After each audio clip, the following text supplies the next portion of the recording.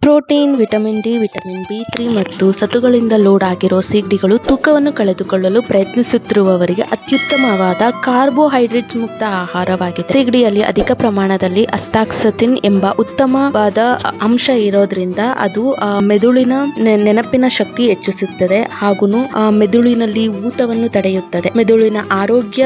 ಸೀಗಡಿಯಲ್ಲಿ ಕಬ್ಬಿಣದ ಅಂಶ ಹೆಚ್ಚಿರುವುದರಿಂದ ಆಮ್ಲಜನಕ ಮತ್ತು ಹಿಮೋಗ್ಲೋಬಿನ್ ಹೆಚ್ಚು ದೊರೆಯುತ್ತದೆ. ಸೀಗಡಿಗಳಲ್ಲಿ ವಿಟಮಿನ್ ಬಿ12 ನ ಸಮೃದ್ಧ ಮೂಲವಾಗಿದ್ದು ನಮ್ಮ ದೇಹದಲ್ಲಿ ವಿಟಮಿನ್ ಬಿ12 ಅನ್ನು ಕಾಪಾಡಿಕೊಳ್ಳಲು ಸಹಾಯ ಮಾಡುತ್ತೆ.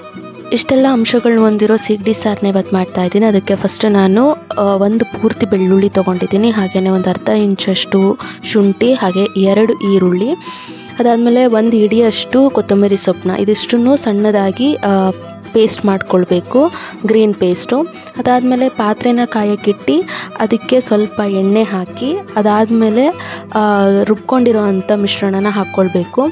ಈ ಮಿಶ್ರಣ ಹಸಿ ವಾಸನೆ ಹೋಗೋವರೆಗೂ ಫ್ರೈ ಮಾಡಬೇಕು. ಅದಾದಮೇಲೆ ನಾನು ಮೆಂತ್ಯ ಸೊಪ್ಪು ಹಾಕ್ಕೊಂಡಿದ್ದೀನಿ. ಮೆಂತ್ಯ ಸೊಪ್ಪಲ್ಲಿ ಅತಿ ಹೆಚ್ಚು ಆ್ಯಂಟಿ ಆಕ್ಸಿಡೆಂಟ್ ಇರೋದ್ರಿಂದ ಇದು ಕೊಲೆಸ್ಟ್ರಾಲ್ ಮತ್ತು ಮಧುಮೇಹನ ವಿರೋಧ ಮಾಡುತ್ತೆ. ಅದಾದಮೇಲೆ ಚಿಲ್ಕ್ಸಿ ಇಟ್ಕೊಂಡಿದ್ದಂಥ ಅವರೆಕಾಳು ಹಾಕ್ಕೊಳ್ತಾ ಇದ್ದೀನಿ.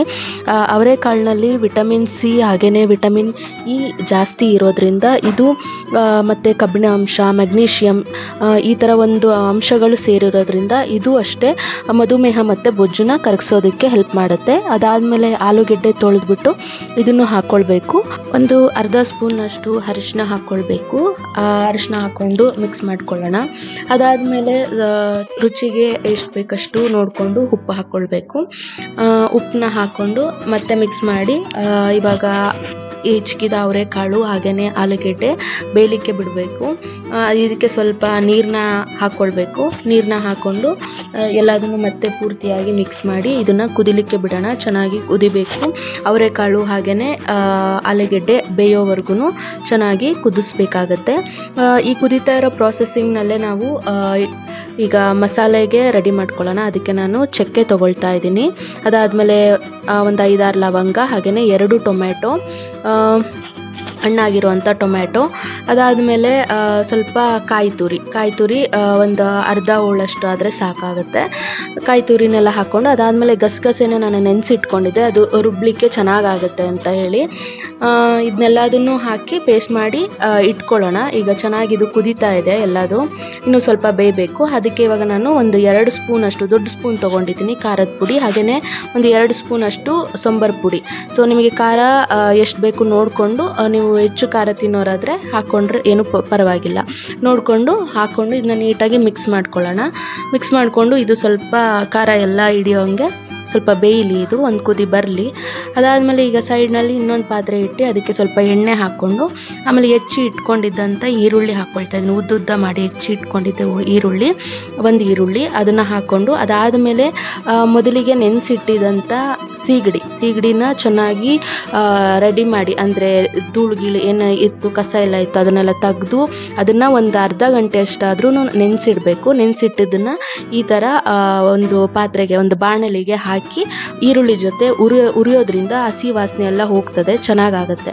ಇವಾಗ ರುಬ್ಬಿಟ್ಕೊಂಡಿದ್ದಂಥ ಮಿಶ್ರಣ ಏನಿತ್ತು, ಪೇಸ್ಟ್ ಏನಿತ್ತು, ಅದನ್ನು ಈಗ ಚೆನ್ನಾಗಿ ಕುದ್ದಿದೆ, ಅದು ಚೆನ್ನಾಗಿ ಬೆಂದಿದೆ. ಅವರೆಕಾಳು ಹಾಗೆಯೇ ಆಲೂಗೆಡ್ಡೆ ಎಲ್ಲ ಬೆಂದಿದೆ. ಸೊ ಇವಾಗ ಅದನ್ನೆಲ್ಲ ಹಾಕಿ ಎಲ್ಲದನ್ನು ಚೆನ್ನಾಗಿ ಮಿಕ್ಸ್ ಮಾಡೋಣ. ಮಿಕ್ಸ್ ಮಾಡಿ ಮತ್ತೆ ಅದು ಒಂದು ಕುದಿ ಬಂದರೆ ಸಾಕು.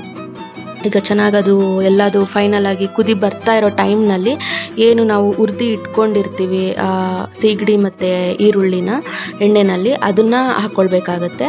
ಅದಕ್ಕಿಂತ ಮುಂಚೆನೇ ಫಸ್ಟು ಉಪ್ಪೆಲ್ಲ ಕರೆಕ್ಟಾಗಿದೆಯಾ ಅಂತ ಎಲ್ಲ ನೋಡಿ ಕುದಿಲಿಕ್ಕೆ ಬಿಡೋಣ. ಸೊ ಈಗ ಕುದೀತಾ ಇದೆ. ಅದಾದಮೇಲೆ ಇವಾಗ ನಾವು ಸೀಗಡಿನ ಹಾಕ್ಕೊಳ್ಬೇಕಾಗತ್ತೆ. ಇವಾಗ ಹುರಿದಿಟ್ಟಂಥ ಸೀಗಡಿನ ಹಾಕ್ಕೊಳ್ಬೇಕು. ಇದನ್ನು ಚೆನ್ನಾಗಿ ಮಿಕ್ಸ್ ಮಾಡಿ ಒಂದು ಕುದಿ ಬಂದರೆ ಸಾಕು.